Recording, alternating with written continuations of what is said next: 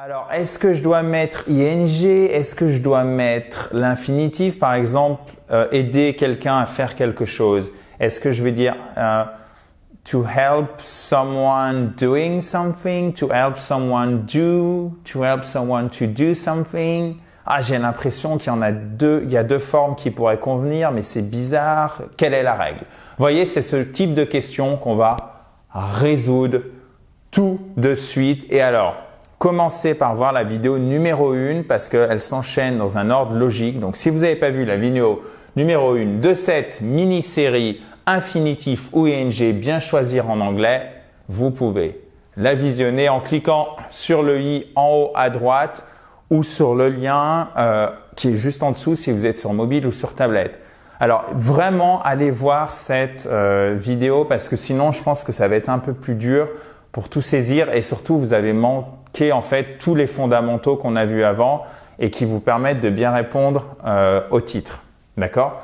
Alors, pour exprimer vos goûts, donc les verbes de goût du type to hate, love, détester, to like, aimer, apprécier, d'accord? To love, adorer, aimer d'amour, et to prefer, pas to prefer, non, to prefer, accent tonique sur la seconde syllabe. Ces verbes-là, les verbes de goût de manière générale et évidemment ces quatre-là, peuvent être suivis soit par ing, soit par l'infinitif, d'accord?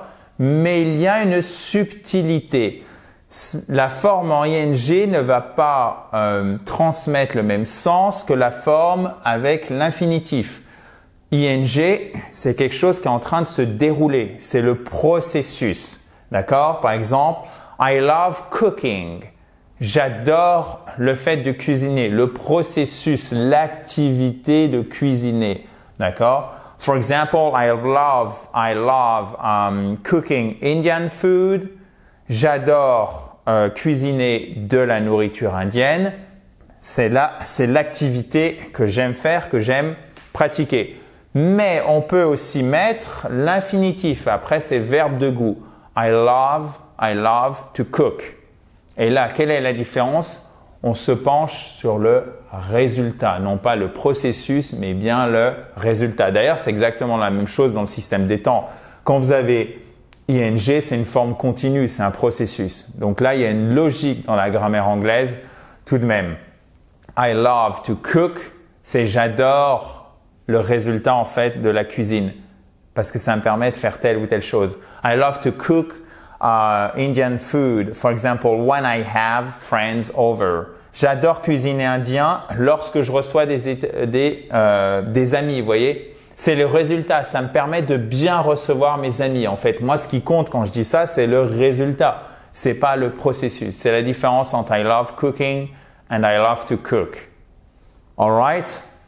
Perfect. Maintenant, après would ou should, quand vous avez ces verbes de goût, là par contre, il y a toujours l'infinitif. On ne va pas se poser la question pourquoi. Il y a toujours l'infinitif après les verbes de goût quand on utilise would ou should, dans lesquels on ne prononce jamais le L. C'est pas would, c'est would, should, ok? She'd love to buy a new watch. Elle aimerait acheter, elle adorerait acheter une nouvelle montre. Would you like to grab something? Would you like to grab something for lunch? Veux-tu aller chercher quelque chose pour le déjeuner? OK? Would you like to do something? She'd love, to buy a new watch. OK? Or, she should love to buy a new watch. Elle devrait adorer, on pense qu'elle adorerait acheter une nouvelle montre. Donc, vous voyez, à chaque fois, c'est to. Would you like to grab? To buy. OK? Donc, après les verbes de goût, c'est soit to, soit ing. To, c'est le résultat. Ing, c'est le processus. On se focalise sur le processus. Mais attention, après ces mêmes verbes, si vous avez would ou should, vous devez automatiquement utiliser l'infinitif. OK? Vous pouvez bien évidemment, chers amis, télécharger ces fabuleuses slides, faire l'exercice d'application en cliquant sur le i en haut à droite ou sur le lien qui est juste en dessous si vous êtes sur mobile ou sur tablette. Maintenant, on peut avoir soit l'infinitif, soit l'ing comme on l'a vu précédemment, mais sans changer le sens.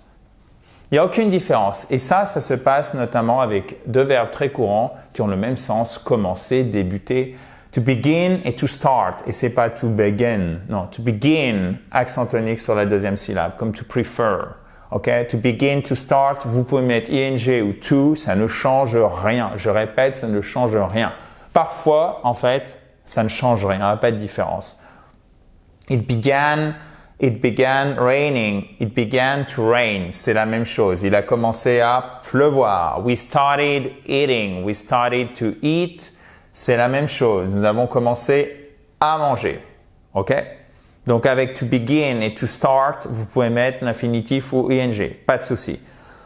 Maintenant, il y a certains verbes, j'irai pas jusqu'à dire plus vicieux, mais qui présentent des subtilités auxquelles il faut faire très très attention parce que ça change tout. D'accord? Subtil ne veut pas dire qu'il n'a pas d'importance là pour le coup. D'accord? Ce n'est pas un détail. Ou alors ça pourrait être un détail pour vous, message, pour paraphraser la chanteuse, message, mais ça change tout. Regardez pourquoi. Infinitif ou ing avec changement de sens. Donc après le verbe to stop et to try. Ok, désolé, je ne sais pas ce qui s'est passé. Après le verbe to stop et to try, vous pouvez mettre soit l'infinitif my goodness, thank you. Ça, il aime bien que je lui parle, ça va mieux. On a une relation compliquée, le tableau et moi-même. Donc, après ces verbes, je vais y arriver, vous pouvez mettre soit l'infinitif, soit ing, mais ça change le sens contrairement à to begin et to start. Il s'agit ici de to stop et to try. Et l'exemple emblématique, c'est to stop. Regardez. Bill stopped eating junk. Donc, Bill a arrêté de manger des cochonneries. Il a arrêté en fait quoi? L'activité de manger des cochonneries. Junk, c'est les cochonneries que vous retrouvez dans junk food. C'est la nourriture de mauvaise qualité, d'accord, les cochonneries. Et Bill stopped to eat junk. Bill en fait, ça veut dire, ce qui nous intéresse, ça c'est le résultat. Vous voyez, le to, c'est le résultat, c'est ce qu'on a vu juste avant. Il s'est arrêté en fait avec pour objectif de manger des cochonneries. Donc, c'est pas du tout la même chose. Bill a arrêté de manger des cochonneries. Bill s'est arrêté pour manger des cochonneries. Même chose si je vous dis I stopped to smoke, je me suis arrêté pour fumer, and I stopped smoking, je me suis arrêté de fumer. All right? Perfect. Maintenant, autre exemple avec to try. The kids tried playing tennis, but they didn't like it. The kids tried to play tennis, but they didn't manage. Alors là, c'est encore plus subtil. Là, ça me paraît plus évident et il faut vraiment le retenir, d'accord?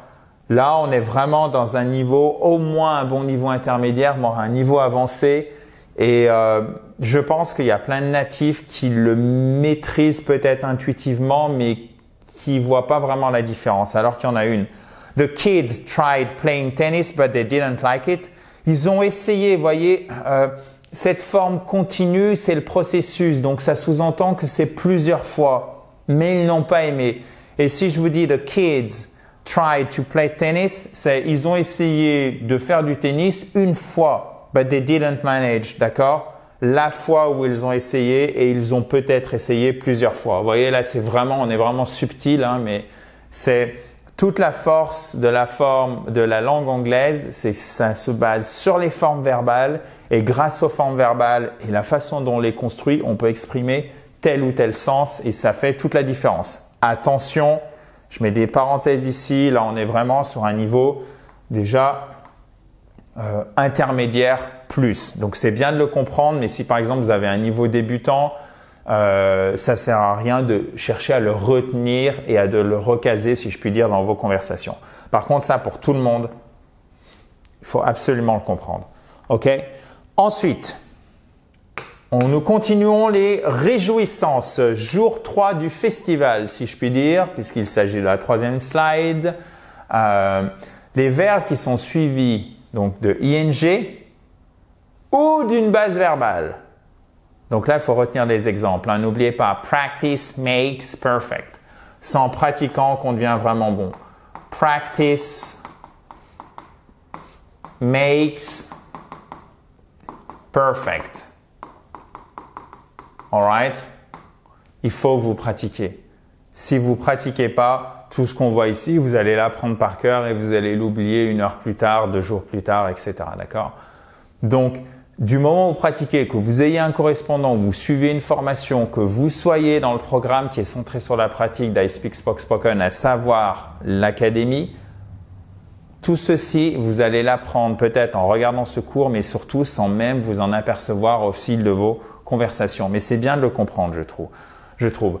Donc, quand vous avez to see et to hear, ces 2 verbes de perception, en fait, vous pouvez mettre soit ing, soit la base verbale. La base verbale, c'est l'infinitif sans to. Par exemple, to see, c'est votre infinitif. Vous enlevez to, ça vous donne la base verbale.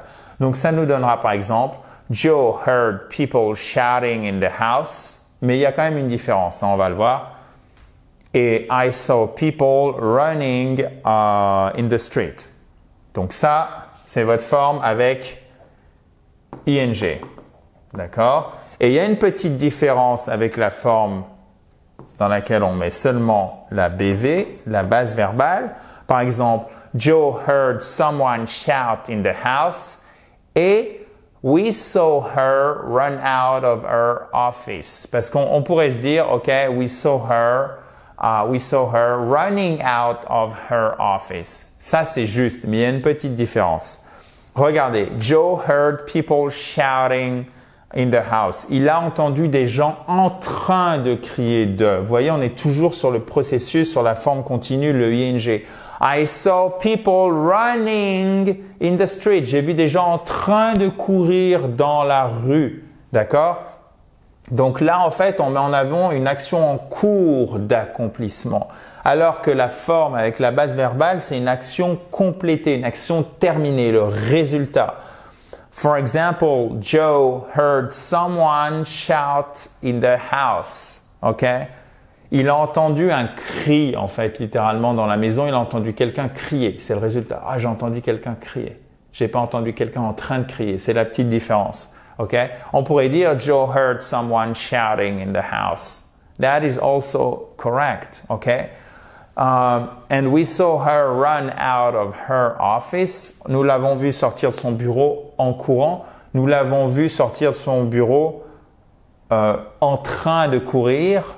We saw her running out of her office. Et on l'a vu sortir de son bureau en courant. We saw her run out of her office. Là aussi, on est sur de l'intermédiaire plus, d'accord? Alors, j'ai bien fait attention de faire les H ici, mais très souvent, en fait, quand ils sont au milieu d'une phrase, pour ce type de possessif, en fait, les anglophones à l'oral ne les prononcent pas. We saw her run out of her office.